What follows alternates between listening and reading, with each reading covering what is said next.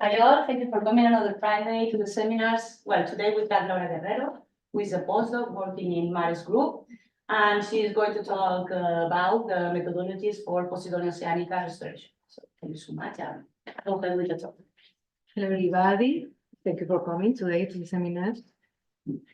The title of the presentation for today is Campaign Biotechnology Regulators and Posidonia oceanica restoration using plant growth regulators to increase transplant root growth. So this work is part of a postdoctoral project that I started in 2022. That is a business postdoctoral grant for the government of the Balearic Islands. And the main objective of this project is the optimization and restoration techniques of the seagrass Posidonia oceanica by using plant growth regulators and nutrients. Also, all the experiments doing in this project are funded by the Bosque Marino Red Eléctrica. That is a project that Jorge Ferrados has a PA. Is the main objective of this project is also to improve restoration of Posidonia oceanica. Sorry. So what is a plant growth regulator? Plant growth regulators are synthetic or natural compounds that can be used in plants to improve the development of the plants. So researchers use plant growth regulators to improve the development of any part of the plants that they are interested to do. For example, we use this type of plant growth regulator that is auxins, and auxins are essential for the development of the root system, especially controlling the elongation of primary roots and lateral roots. Plant growth regulator is usually used in horticulture and in viticulture of terrestrial plants. So it's interesting to test it, to check the effects in seagrasses also, because it's not studied in aquatic plants. So why we use plant growth regulators in Posidonia oceanica? As you know, Posidonia oceanica is a very important ecosystem in the Mediterranean Sea, as provides high biodiversity and also plays important ecological functions and ecosystem services. However, in the last 5 decades, more than a quarter of Posidonia oceanica has been lost, and this was due especially due to anthropogenic activities and climate change.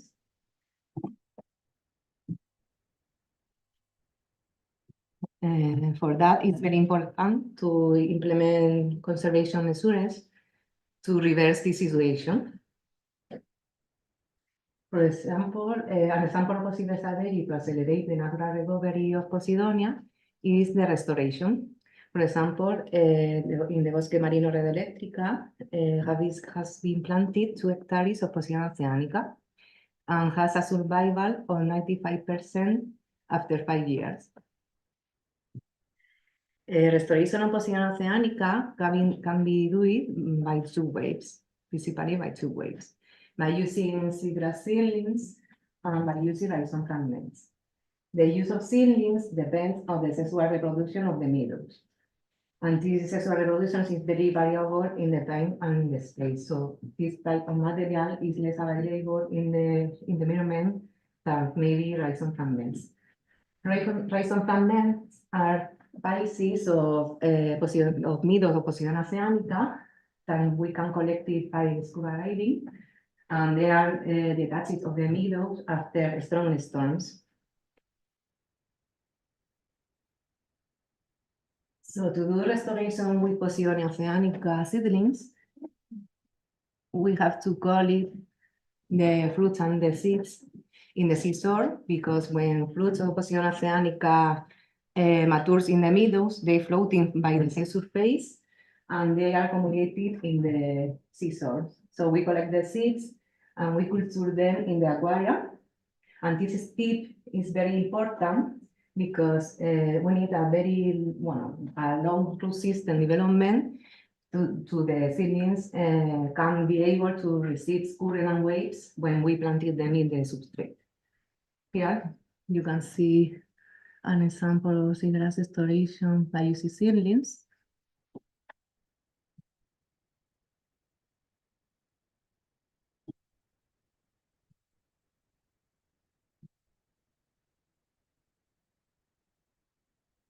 It's in good.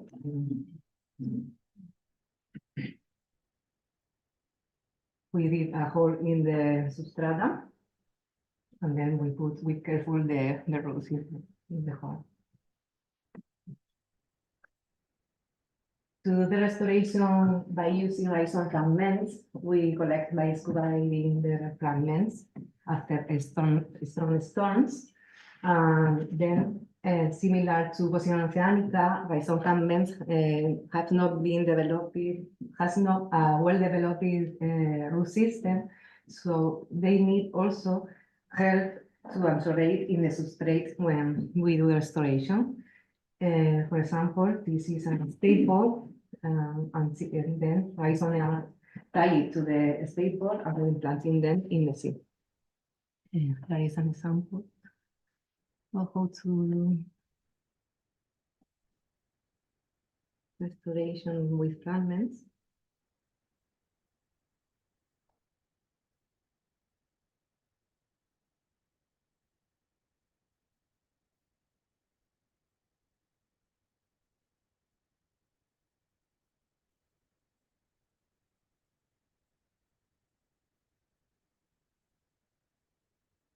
This is also in Bosque Marino.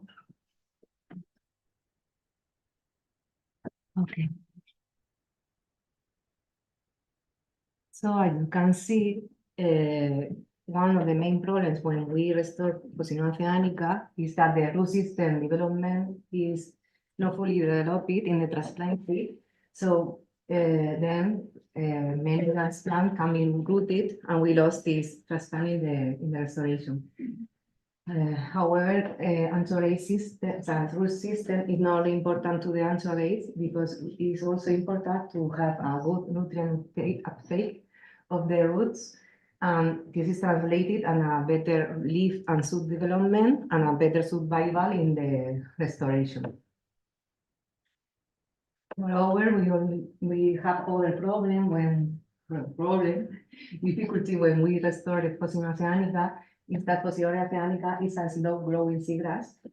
So transplant need require a lot of time to produce new roots. For example, in this graph, you can see that a rhizome fragment need like a year to form one root. So for that, find new methodologies to improve and accelerate the root system development is essential to improve restoration of Posidonia oceanica. For example, this is a study of Balestri and Lambertini in 2003, in which they demonstrated that the use of auxins can improve can accelerate the development of the roots of the seedlings, but also can improve the elongation of the roots of the seedlings.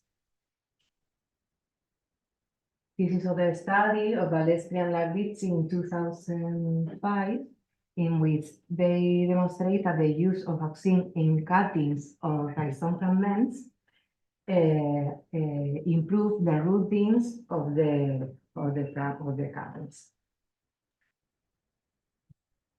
For all this information of the literature, we decided to do in a first experiment in this postdoctoral project to evaluate the effect of auxin application on root formation, growth, and survival after transplanted rhizome fragments of Posidonia oceanica.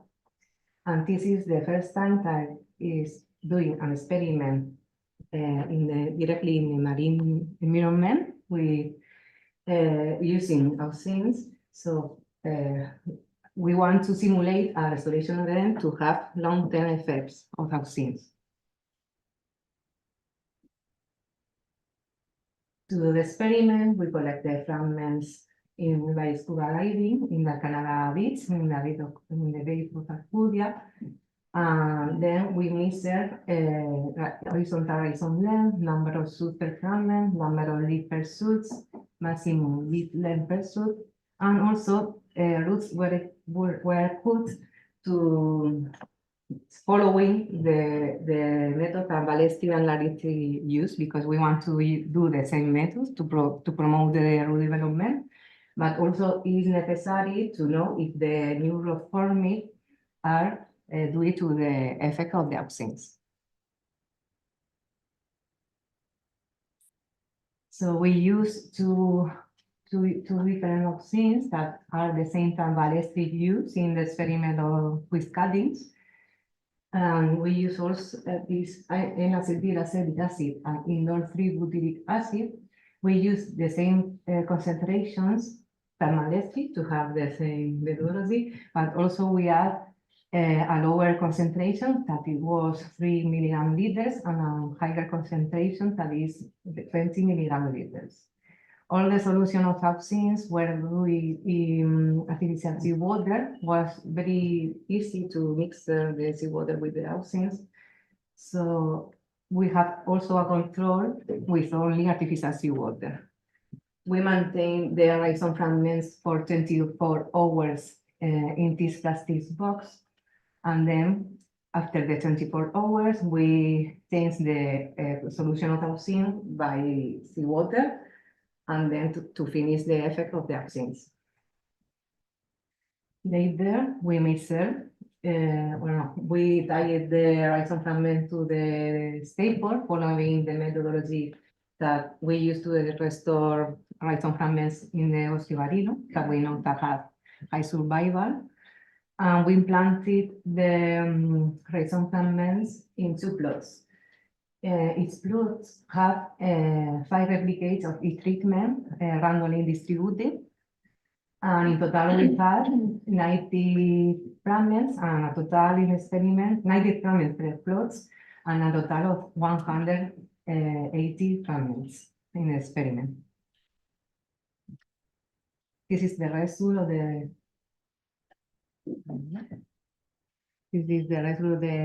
plantation in the Bosque Marino. You can see the staple with the rhizome and the made substrate. And I forgot to tell you that the substrate are dead made and is colonized by Oceano rosa.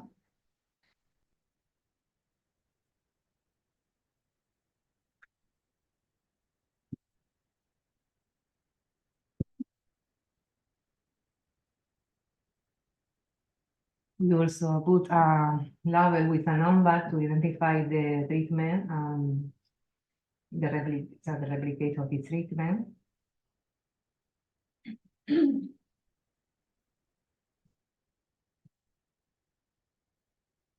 This is only a plot of 90 fragments.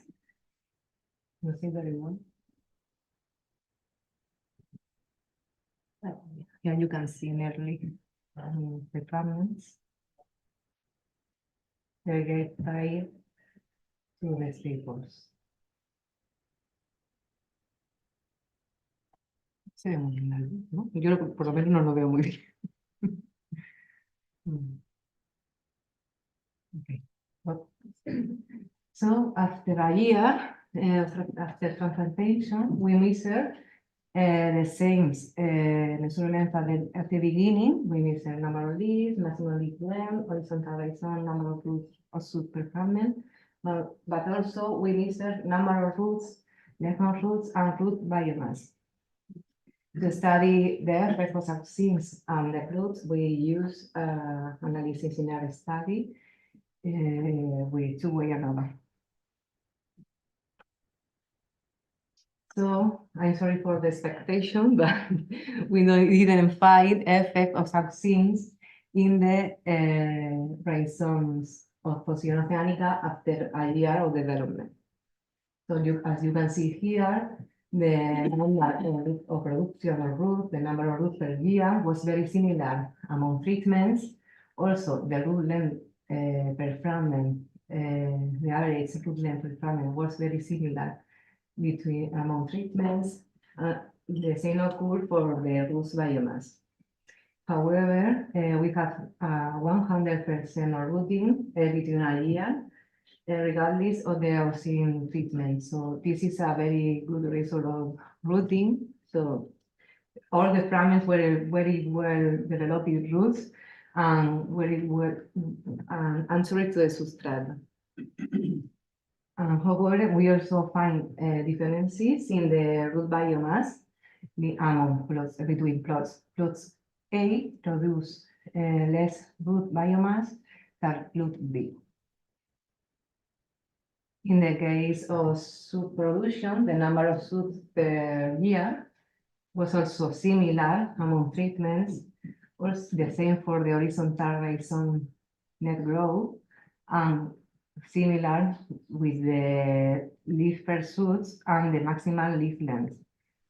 However, we find also differences among plots in the leaf development, but in this case was the contrary to the root biomass. We find more leaf development in the plot A than in the plot B.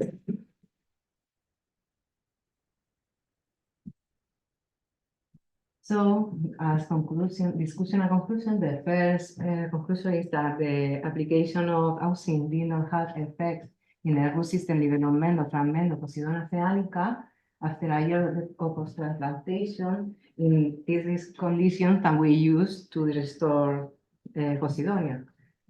So, despite Balestri and Lardizzi demonstrated that the auxins can improve the rooting in the short term, maybe this effect can be compensated in the long term by the development of the roots, because all the roots of independently of the auxin treatments were developed.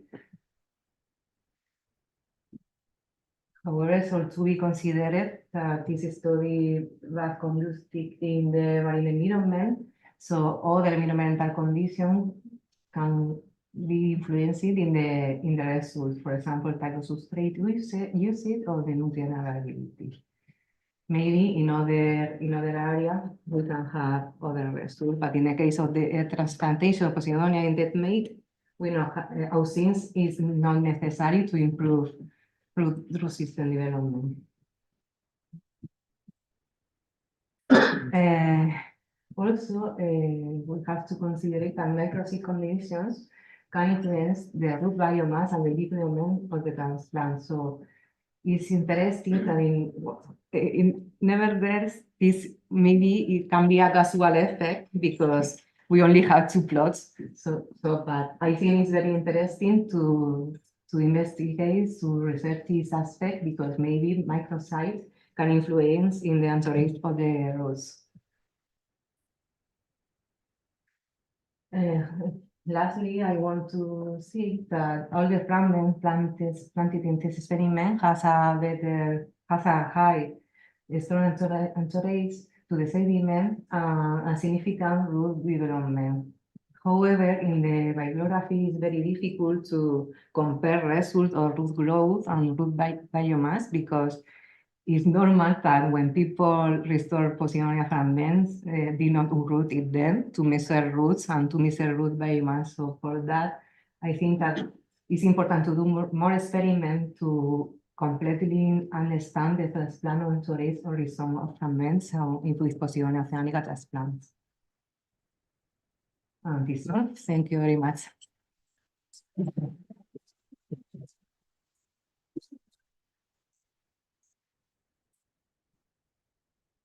What's the name? I have a couple of questions. The first one is, if I understand well, you incubate with auxin for a limited amount of time, maybe I don't know exactly how long, maybe a month or something like that. Okay, How long do you incubate with auxin before transferring? with auxin? No. With auxins? Okay. How long we incubate?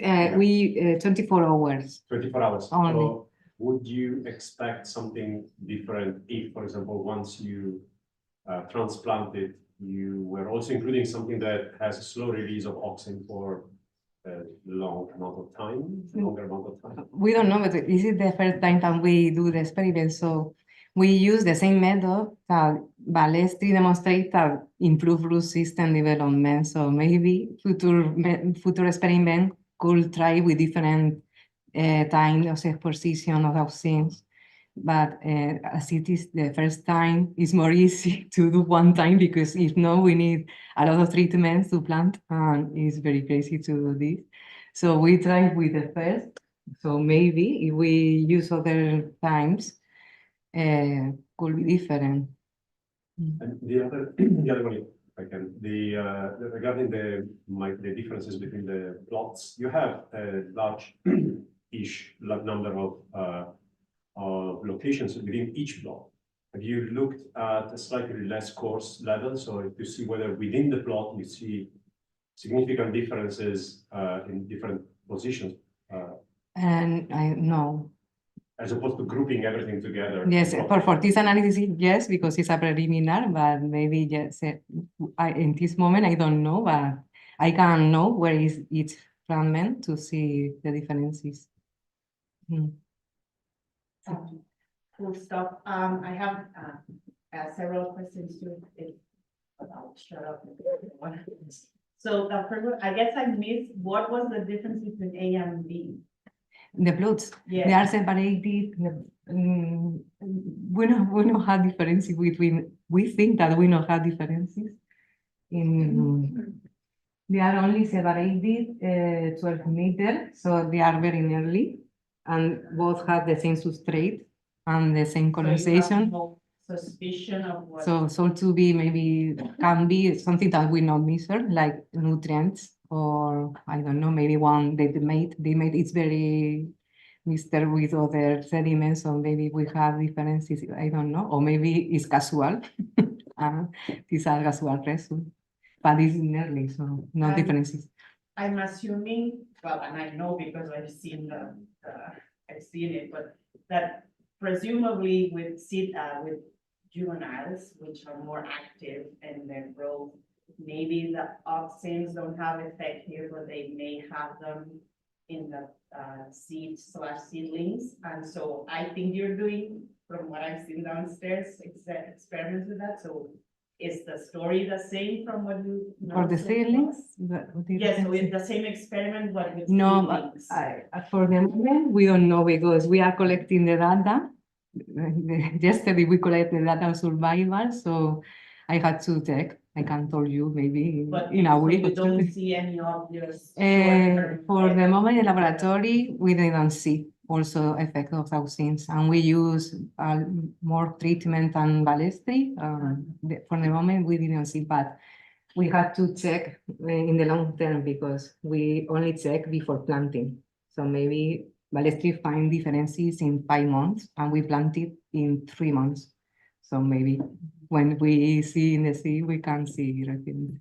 And do you have any hypotheses about the physiological mechanisms behind these interactions between these hormones and why, or whether or not why it's working or it's not interacting? Like, it's all based on terrestrial plants, but maybe there are specific type of plants or specific plants. No, I think it's more the methodology, maybe because we are based only in one experiment. So maybe we need to use other concentration, other time exposure, and this is very hard work that we have to do before planting.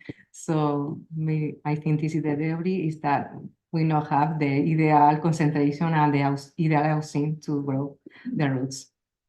Because Posidonia oceanica is a plant, so to work something, yes. So we had to research more. Thank you, Laura. It's a very nice presentation, a very nice study. So very nice that you are working on this topic. All effort to make improve restoration is always good. So Thank you. yes, my question is, so if I understood correctly, you expose the plant for some time and then you plant it in the field. Will it be that after 1 year, the effect of the auxins have been diluted? So maybe you see them a bit earlier after a few months, and then after in Yes. 1 year you don't, yeah, it's. Yes, I think maybe we see the result after a year because we saw in the literature, we know that maybe rhizome fragment need like a year to grow new roots, but maybe in short time, if you check, you can see differences in the rooting because maybe rooting is faster in auxins than in control, but however, the conclusion is if you do as restoration for the long time, is not necessary to do because control growth. So. Thank you. Thank you for the talk. I have a couple of quick questions. So you said that with auxins, you get 100% rooting, so all of them. Yes, this means, I think that's 1% rooting, that all the fragments produce Yeah. roots. So then with in the control, what's the percentage of rooting? Also 100%. So it works in all the fragments. Yes. Okay, and then is herbivory or predation a limitation for restoration of Posidonia? Do you get much? I think this question could be Jorge more expert than me, but I think this case, as objective is to see roots and root development, we not see, and also we not see the leaves and shoots grow. So I Okay, think so no, we we don't not see have effects also. effects of these iterations. Yeah. Thank you. Yeah, I mean, I'm not sure if that is viable or would be a environmentally friendly thing to do, but would it be possible to put the auxins in the sediment and let it release Yeah. more or less slowly? Yes, it's possible, but you have to isolate its fragments, so it's more difficult to do in this effect. But also the auxins is used normally with a determinative time, so no in continuous. So I don't know. I think it's difficult because auxins are diluted, and you have to dilute the concentration that you want. Is difficult to do in the sea because go with the water. So I don't know, but I don't know if there are other types of things that you can put in a sediment maybe and can work, but with this type of things, I think no.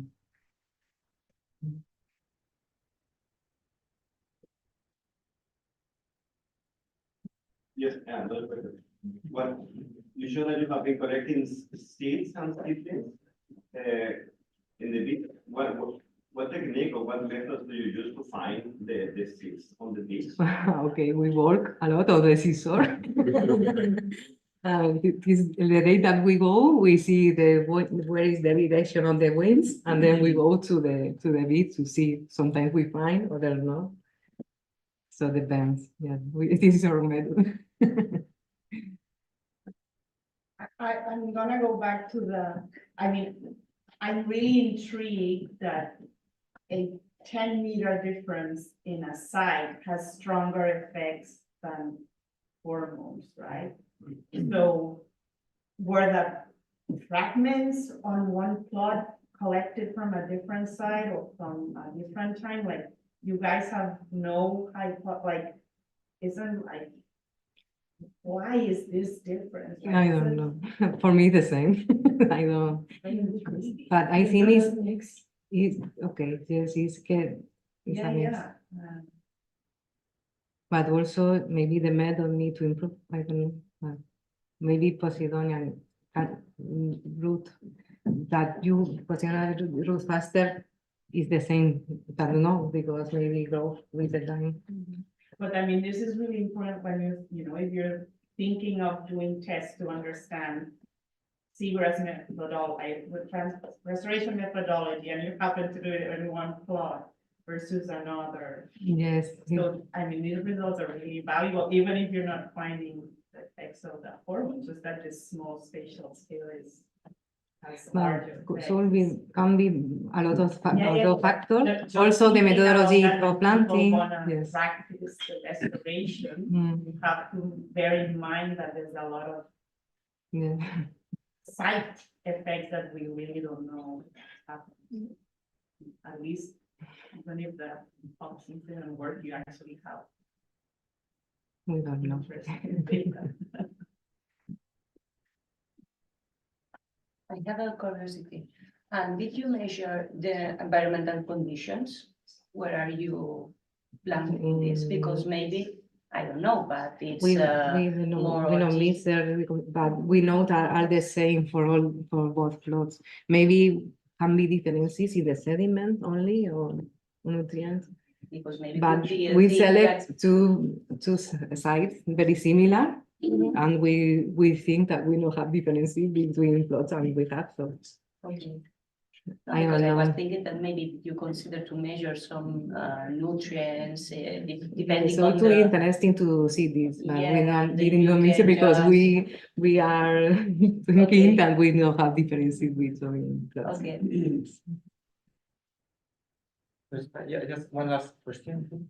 Because how long can you keep the Posidonia in the aquarium? So The seedlings, yeah, because and then my question is because it seems that the Posidonia is quite okay in this place. I mean, it's like growing well, you have 100% rooting.